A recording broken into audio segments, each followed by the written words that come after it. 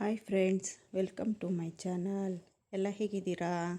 ನಾನಿವತ್ತು ನೋಡಿ 5 ಮಿನಿಟ್ಸಲ್ಲಿ ಆಗೋಂಥ ರವೆ ದೋಸೆನ ಕ್ರಿಸ್ಪಿ ರವೆ ದೋಸೆ ಮಾಡ್ತಾಯಿದ್ದೀನಿ ಫ್ರೆಂಡ್ಸ್. ನೋಡಿ, ಸೂಪರಾಗಿರುತ್ತೆ. ಟ್ರೈ ಮಾಡಿ ನೋಡಿ. ನಾನಿದಕ್ಕೆ ಈರುಳ್ಳಿ ಒಂದು 2, ಹಸಿಮೆಣಸಿನ್ಕಾಯಿ, ಕರಿಬೇವು, ಕೊತ್ತಂಬರಿ ಮತ್ತು ಶುಂಠಿ ತುರಿದಿಟ್ಕೊಂಡಿದ್ದೀನಿ. ಆಮೇಲೆ 1 ಬೌಲ್ ಅಕ್ಕಿ ಹಿಟ್ಟು, ಅರ್ಧ ಬೌಲು ಮೈದಾ ಹಿಟ್ಟು ಮತ್ತು 1 ಬೌಲು ಸಣ್ಣ ರವೆ, ಇವಿಷ್ಟು ತೊಗೊಂಡಿದ್ದೀನಿ. ಇವಿಷ್ಟು ಬೇಕು ಫ್ರೆಂಡ್ಸ್. ಉಪ್ಪು ಮತ್ತು ಜೀರಿಗೆ, ರುಚಿಗೆ ತಕ್ಕಷ್ಟು ಉಪ್ಪು, ಜೀರಿಗೆ ಹಾಕ್ಕೋಬೇಕು. ಈಗ ನೋಡಿ, ನಾನು 1 ಬೌಲ್ ಅಕ್ಕಿ ಹಿಟ್ಟು ಹಾಕೋತಾ ಇದ್ದೀನಿ ಒಂದು ದೊಡ್ಡ ಪಾತ್ರೆಗೆ. ಇನ್ನು ಅರ್ಧ ಬೌಲ್ ಇಟ್ಕೊಂಡಿದ್ನಲ್ಲ ಮೈದಾ ಹಿಟ್ಟು, ಅದು ಹಾಕೋತಾ ಇದ್ದೀನಿ. ನೆಕ್ಸ್ಟು ಸಣ್ಣ ರವೆ, ಅದನ್ನು ಹಾಕ್ಕೊಂಡಿದ್ದೀನಿ. ನೆಕ್ಸ್ಟು ಇದಕ್ಕೆ ಮೇಯ್ನಾಗಿ ಬೇಕಾಗಿ ಮೊಸರು ಬೇಕು ಫ್ರೆಂಡ್ಸ್. ಅದನ್ನು ಆಮೇಲೆ ಹಾಕ್ಕೊಳ್ಳೋಣ. ಈಗೆಲ್ಲ ಇಂಗ್ರೀಡಿಯೆಂಟ್ಸ್ ಹಾಕೋತಾ ಇದ್ದೀನಿ ನೋಡಿ. ಇದಕ್ಕೆ ನಾನು ತುರಿದಿಟ್ಕೊಂಡಿರೋ ಶುಂಠಿ ಮತ್ತು ಸಣ್ಣದಾಗಿ ಕಟ್ ಮಾಡ್ಕೊಂಡಿರೋ ಕರಿಬೇವು ಸೊಪ್ಪು, ಕೊತ್ತಂಬರಿ ಸೊಪ್ಪು ಇವಿಷ್ಟು ಹಾಕೋತಾ ಇದ್ದೀನಿ ನೋಡಿ. ಹಸಿಮೆಣ್ಸಿನ್ಕಾಯಿ ಸಣ್ಣಗೆ ಕಟ್ ಮಾಡಿಟ್ಕೊಳ್ಳಿ, ಅದು ಖಾರವಾಗಿ ಚೆನ್ನಾಗಿರುತ್ತೆ. ಈರುಳ್ಳಿನೂ ಸಣ್ಣಗೆ ಕಟ್ ಮಾಡಿಟ್ಕೊಂಡಿದ್ದೆ, ಅದು ಹಾಕ್ತಾಯಿದ್ದೀನಿ ನೋಡಿ ಫ್ರೆಂಡ್ಸ್. ತುಂಬ ಕ್ರಿಸ್ಪಿಯಾಗಿ ಸೂಪರಾಗಿ ಬರುತ್ತೆ ರವೆ ದೋಸೆ. ಟ್ರೈ ಮಾಡಿ.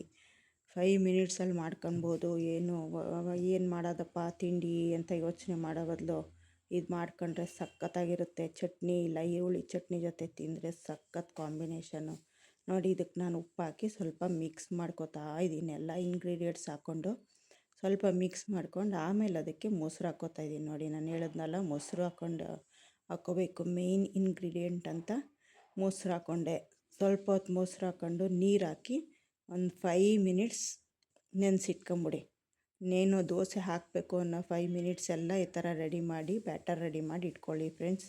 ನೀವು ಚಟ್ನಿ ಮಾಡೋ ಅಷ್ಟೊತ್ತಿಗೆಲ್ಲ ರವೆ ಎಲ್ಲ ಸಾಫ್ಟಾಗಿರುತ್ತೆ. ದೋಸೆನೂ ಕ್ರಿಸ್ಪಿಯಾಗಿ ಸಖತ್ತಾಗಿ ಬರುತ್ತೆ ನೋಡಿ. ಚೆನ್ನಾಗಿ ಮಿಕ್ಸ್ ಮಾಡ್ಕೊಳ್ಳಿ. ತೆಳು ನೋಡ್ಕೊಳ್ಳಿ, ತೀರಾ ತೆಳು ಮಾಡ್ಕೊಬೇಡಿ ನೋಡಿ. ಹೆಂಗೆ ನೋಡಿದ್ರೆ ಹಿಟ್ಟು ಕಾಣಿಸ್ಬೇಕು. ಹಿಂಗೆ ನಾವು ಸೌಟಲ್ಲಿ ಆಡಿಸ್ತಾ ಇದ್ದೀನಿ ನೋಡಿ. ಹಿಂಗೆ ಅಷ್ಟು ಬಂದರೆ ಬ್ಯಾಟರ್ ಚೆನ್ನಾಗಿರುತ್ತೆ ನೋಡಿ. ಎಷ್ಟು ಚೆನ್ನಾಗಿದೆ. ಜೀರಿಗೆ ಹಾಕೋತಾ ಇದ್ದೀನಿ ನಾನು. ಇದಕ್ಕೆ ಸ್ವಲ್ಪ ಉಪ್ಪು ಹಾಕ್ಕೊಂಡಿದ್ದೆ ಮೊದಲೇ. ನಿಮ್ಗೆ ಬೇಕಾದಷ್ಟು ಉಪ್ಪು ಹಾಕ್ಕೊಳ್ಳಿ, ರುಚಿಗೆ ತಕ್ಕಷ್ಟು ಉಪ್ಪು ಹಾಕ್ಕೊಳ್ಳಿ ಫ್ರೆಂಡ್ಸ್. ನೋಡಿ, ಈ ಹದದಲ್ಲಿ ಕಲಿಸ್ಕೋಬೇಕು ನೋಡಿ. ನಾನು ತೋರಿಸ್ತಾ ಇದ್ದೀನಲ್ಲ, ಈ ಹದ ನೋಡಿದ್ರಲ್ಲ, ಈ ಹದದಲ್ಲಿ ಕಲಿಸ್ಕೊಳ್ಳಿ. ಆಮೇಲೆ ನಾನು ತವಾಗೆ ಸ್ವಲ್ಪ ಈರುಳ್ಳಿ ಉಜ್ಜಿದ್ರೆ, ನಾವು ರೊಟ್ಟಿ ಮಾಡಿರ್ತೀವಿ, ಏನಾದ್ರು ಬೇರೆ ಮಾಡಿದರೆ ಅದು ದೋಸೆ ಎದ್ದೋಳಲ್ಲ. ಅದು ಎಸ್ಪೆಷಲಿ ರವೆ ದೋಸೆ ಬೇಗ ಎದ್ದೋಳಲ್ಲ. ಅದಕ್ಕೋಸ್ಕರ ನೋಡಿ, ಅದಕ್ಕೆ ಸ್ವಲ್ಪ ನೀರು ಹಾಕಿ ಚೆನ್ನಾಗಿ ಹಾಕ್ಕೊಂಡು ನೆಕ್ಸ್ಟ್ ರವೆ ದೋಸೆ ಹಾಕ್ತೀನಿ ನೋಡಿ. ಇವಾಗ ಇಷ್ಟು ನೋಡಿ, ಇಷ್ಟು ತೆಳ್ಳಗೆ ಮಾಡ್ಕೊಂಡಿದ್ದೀನಿ ನೋಡಿ ಫ್ರೆಂಡ್ಸ್. ನೀವು ನೋಡ್ಬಿಟ್ಟು ಇಷ್ಟೇ ಹದದಲ್ಲಿ ಮಾಡ್ಕೊಳ್ಳಿ, ತುಂಬ ಚೆನ್ನಾಗಿ ಬರುತ್ತೆ ನೋಡಿ. ಹಿಂಗೆ ಹಾಕ್ಬಿಟ್ರೆ ಆಯಿತು, ಒಂದು 2 ಮಿನಿಟ್ಸಲ್ಲಿ ದೋಸೆ ರೆಡಿ ನೋಡಿ. ಏನು ಚೆನ್ನಾಗಿ ಬರುತ್ತೆ. ನೆಕ್ಸ್ಟು ಇಷ್ಟು ಹಾಕ್ಬಿಟ್ಟು ಮುಚ್ಚಿಬಿಡಿ. ಮೇಲೆ ಒಂದು ಸ್ವಲ್ಪ ಎಣ್ಣೆ ಹಾಕ್ಬಿಟ್ಟು ಮುಚ್ಚಿ ನೋಡಿ. ಹಿಂಗೆ ಸ್ವಲ್ಪ ಎಣ್ಣೆ ಹಾಕ್ಕೊಳ್ಳಿ.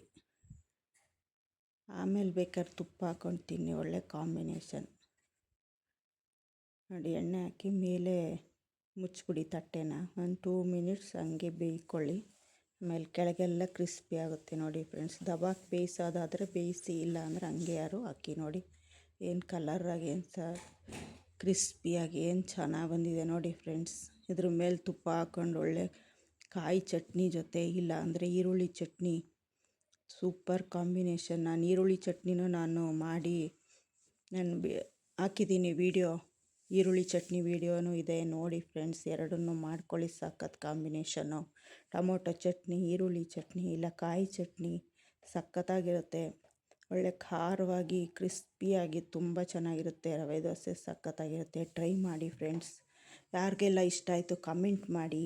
ನನ್ನ ಚಾನಲ್ ಯಾರು ಸಬ್ಸ್ಕ್ರೈಬ್ ಮಾಡಿಲ್ಲ, ಸಬ್ಸ್ಕ್ರೈಬ್ ಮಾಡಿ, ಲೈಕ್ ಮಾಡಿ, ಶೇರ್ ಮಾಡಿ. Thank you for watching.